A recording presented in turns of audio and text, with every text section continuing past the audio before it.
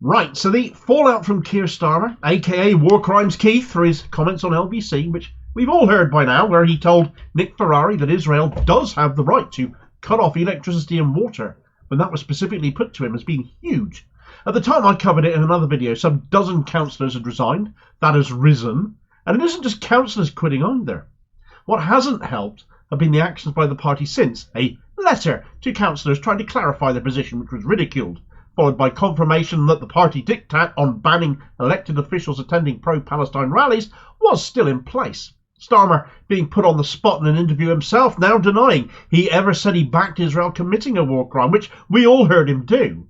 So he's decided the best course of action is to keep on lying about it. And now, this morning, confirmation that there will be no apology. There will be more resignations then. With the Tories on their backsides more than ever in their party history, why is Starmer determined to help them out by scandalising himself and Labour unnecessarily and not just say sorry? Right, so Keir Starmer once said in the run-up to be Labour leader that the buck would always stop with him. Well, he lied about everything else he stood for, why not that too? When have you ever heard him apologise for making a mistake? Never. It's always somebody else's fault, so they cop the flak. This time, however, he can't do that. He was asked a question. He answered it in the worst way imaginable. He has nobody to blame. So instead he's flat out denying he ever said it. I'll remind you of those words. Nick Ferrari asked him, "A siege is appropriate. Cutting off power, cutting off water, Sir Keir." To which he received the answer, "I think that Israel does have that right. It is an ongoing situation. Obviously everything should be done within international law, but I don't want to step away from the sort of core principles that Israel has a right to defend herself and Hamas bears responsibility for these terrorist acts. And I would call on all responsible states, particularly Middle East responsible states, to call this out for what it is and to stand with the world in condemning these actions by Hamas. Israel has that right to cut off power and water." His words. He might have tried to caveat that by saying everything should be done within international law, but as a human rights lawyer, he should know such acts as he had just advocated were war crimes and therefore impossible to be within international law. He either screwed up, which warrants an apology and a retraction, or he didn't know the relevant law, which casts further doubt on his already dubious legal career, but especially in human rights, as this was supposed to be his specialism. That should at the very least warrant an apology as well. So however you read this, the decent, humane thing to do is hold up your hands, say sorry, fully retract, and move on. Instead, he has let that fester in the air for well over a week, presumably because, even though he must know he's in the wrong, it's appealing to those Tory votes that he's chasing, the hard right, even if those two by-elections this week showed Tory voters stayed at home by and large instead of voting for him, Labour's vote merely holding up, whereas the Tory vote totally collapsed. Instead, the reaction has been the erosion of his own support and his own councillors, 21 of whom have quit the party around the country at time of writing. A total of 8 of them, notably, on Oxford City Council, 2 last week, a further 6 since, meaning that Labour has now lost control of that council entirely. The bit that tickles me here is that Oxford is the local Labour Party stomping ground of that most pro-Israel of Labour figures, Luke Akehurst, and his response to that, I think, sums up what the current party leadership think of a great many of us. He put out a tweet saying, "I was gutted about brilliant Oxford Labour councillors Shyster and Amar resigning last week. Good riddance to these 6 ineffective momentum hacks. They were never Labour, always momentum." And Labour to win, the Blue Labour faction are real Labour then, I suppose. The trying to H-Tory the Tory caucus within Labour. Get real. A statement was then issued by the party, of course, to councillors seeking to mitigate matters, clarify what Starmer really meant. The trouble is that came along with a diktat from David Evans, the General Secretary, saying the imposed ban on attending pro-Palestine rallies still stood. So it was complete word salad in the end, and more resignations followed. A further 36 councillors across 3 councils in Kirklees, Leicester and Walsall have publicly distanced themselves from Starmer's words now as well. On top of that, up in Scotland, 9 members of Glasgow Kelvin's constituency Labour Party have resigned. CLP executive members have been quitting over this up and down the country as well, along with many ordinary members. All momentum hacks as well, I'm sure, Luke. But what makes the Glasgow Kelvin CLP news a bit more notable is that one of their executive happens to be a Labour peer, Baroness Bryan of Partick. Not yet quit the party as I understand, but could that change? Well, let's go back to War Crimes Keith for an update, shall we? Last Friday, Starmer was interviewed by ITV News and he was asked, "You gave an interview the other day in which you implied that it was justified for Israel to cut off Gaza's power and water supply. Is that what you meant?" Opportunity to clarify, to retract and to apologise, set the matter straight, hold your hands up to saying something stupid. Cue the response from Starmer, who said, of course, "Well, I welcome this question because I know that LBC clip has been widely shared and caused real concern and distress in some Muslim communities. So let me be clear about what I was saying and what I wasn't saying. I was saying that Israel had the right to self-defence, and that when I said that right, it was that right to self-defence. I was not saying that Israel has a right to cut off water, food, fuel or medicines. For over a week now I have been leading the charge, calling for that humanitarian aid to come in. We all know there are innocent civilians in Gaza, in a humanitarian crisis, 1 million children. That aid urgently needs to get in. So I was saying, yes, they have the right to self-defence. That right they do have, but not the right to withhold that humanitarian aid that needs to get in. It is now absolutely urgent, and that's why I have been calling for this for over a week." First off, the one bit I agree with, the aid must get in. I'm sure we all agree with that. Trucks have been able to cross into Gaza from Egypt through the Rafah border at last. About time too. As for the rest of it, well, where was that apology and retraction then? What we got instead was a flat denial of what everyone heard him say on LBC. You did say they had the right to withhold water and power. Food and medicines weren't mentioned, so nice try at that going over and above.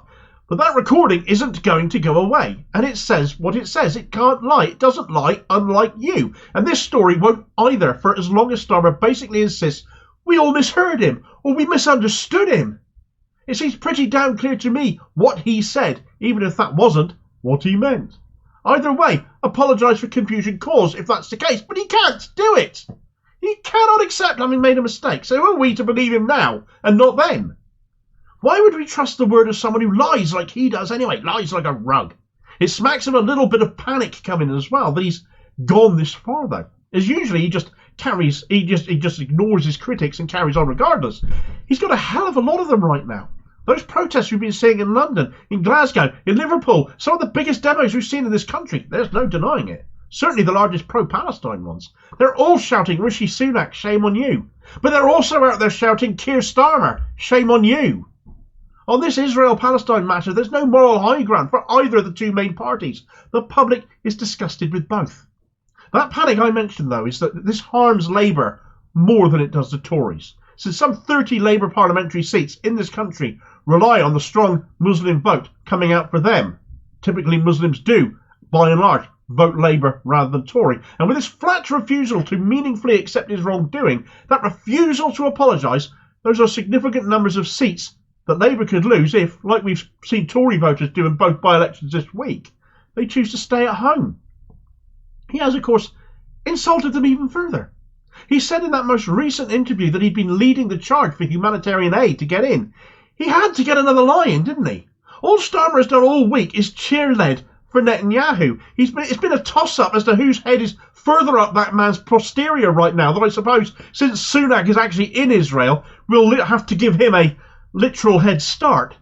When you say you're the one calling for humanitarian aid going to Gaza, yet are still banning your own elected members from showing solidarity with Palestine too, as your actions are an attempt at showing, the lies become even more obvious and blatant, as does the hypocrisy, and again it is insulting and driving members away, driving elected officials to resign.